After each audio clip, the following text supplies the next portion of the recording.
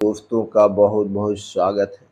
दोस्तों, क्या आप जानते हैं आपके शरीर का एक छोटा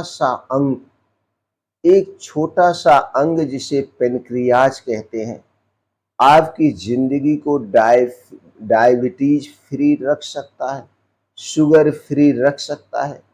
लेकिन अगर यह खराब हो गया या इसमें कोई कमी आ गई तो ना सिर्फ ब्लड शुगर बढ़ेगा बल्कि पूरी मेटाबॉलिक हेल्थ खतरे में आ जाएगी। दोस्तों, आज के वीडियो में हम क्लिनिकली अनुभव रिसर्च बेस्ड फच जानेंगे कि पैनक्रियाज क्यों खराब होता है, क्या यह ठीक हो सकता है और इसे खराब होने से बचाने के लिए कौन कौन से फूड्स हमें अपने हैबिट में आदत में शामिल करनी चाहिए। आज के वीडियो में इससे संबंधित सारी जानकारी शेयर करने वाले हैं, इसलिए हमारे दोस्तों इस वीडियो को ध्यान से आराम से अंत तक सुनिएगा।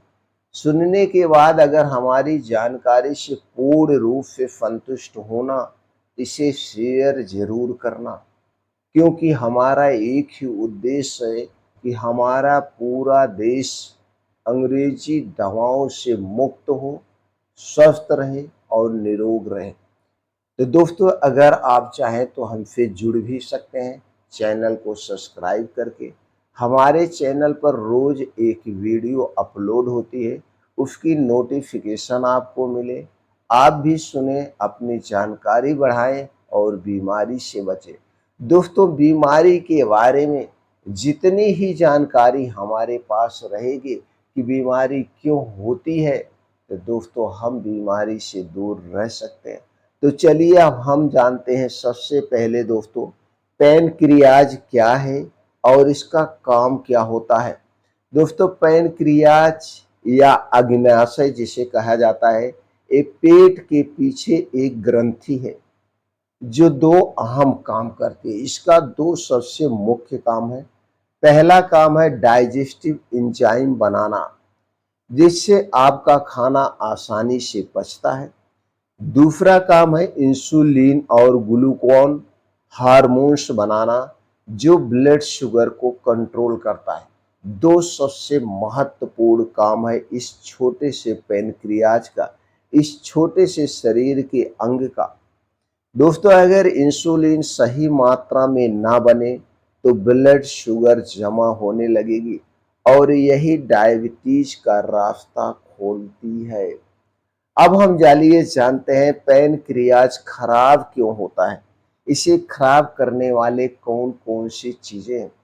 दोस्तों, पैनक्रियाज खराब होने के पीछे कई कारण हैं, लेकिन रिसर्च और क्लिनिकली अनुभव क्या कहता है, उस चले ये बड़े कारण के बारे में जानते हैं।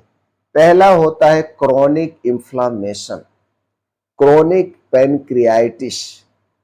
दोस्तों, ज्यादा लंबे समय तक high fat, high sugar diet और शराब जब हम लेते हैं तो हमारे पैनक्रियाज में सूजन ला देता है, उन्हें खराब करने लगता है।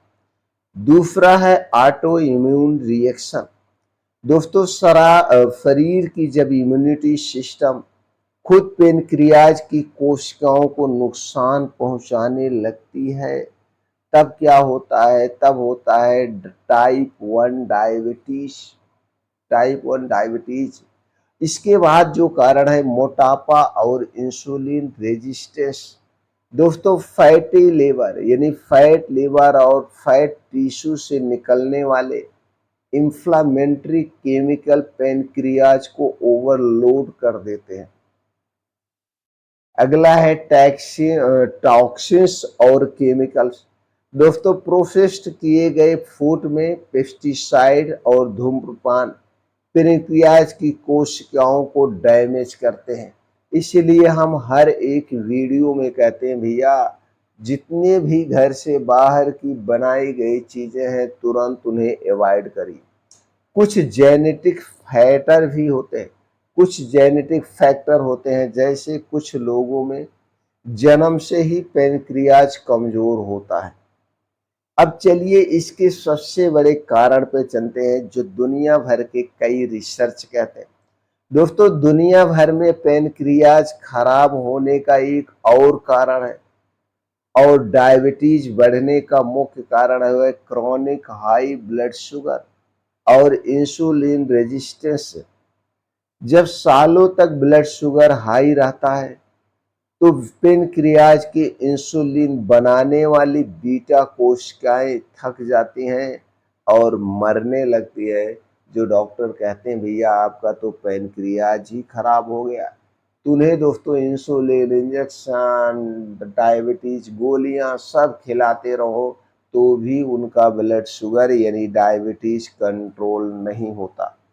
अब चलिए हम जानते हैं तीसरे स्टेप में दोस्तों पैनक्रियाज और शुगर का कनेक्शन क्या है। इसका कनेक्शन क्या है ये भी जानना बहुत जरूरी। दोस्तों, पैनक्रियाज और ब्लड शुगर एक दूसरे के पार्टनर है, एक दूसरे के दोस्त कह सकते हैं, सहपाठी कह सकते हैं। दोस्तों, पैनक्रियाज इंसुलिन बनाता है और इंसुलिन शुगर सेल में भेजता है, यहाँ से एनर्जी बनती है।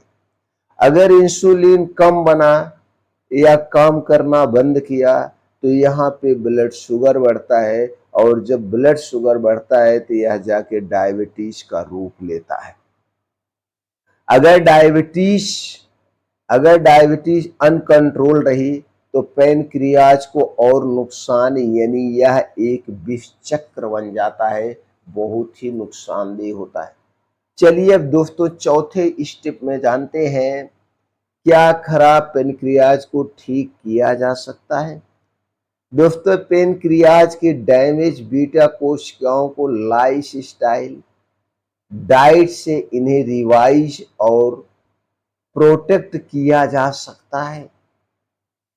ब्लड शुगर को साइलेंट रेंज में रखना, वेट लॉस और इंसुलिन सेंसिटिविटी बढ़ाना, एंटीऑक्सीडेंट रिच डाइट लेना, इन्फ्लामेशन कम करने वाली चीजों को अपनाना, ये सब करना चाहिए। अब हम चलिए जानते हैं दोस्तों पेनक्रियाज को खराब होने से बचाने वाली कौन सी चीजें हैं जिन्हें हमें अपने डाइट में जरूर शामिल करना चाहिए। उनमें सबसे पहले दोस्तों लो ग्लाइसेमिक इंडेक्स डाइट हमें अपनाना चाहिए, जैसे साबुत अनाज, दालें, नट्स, हरी सब्जियां और मौसमी फल। एंटीऑक्सीडेंट रिच फूड हमें अपने डेली रूटीन में शामिल करना चाहिए, जैसे ब्लूबेरी, अमरूद, आंवला, हल्दी, अदरक। ये सब दोस्तों बहुत ही फायदेमंद है।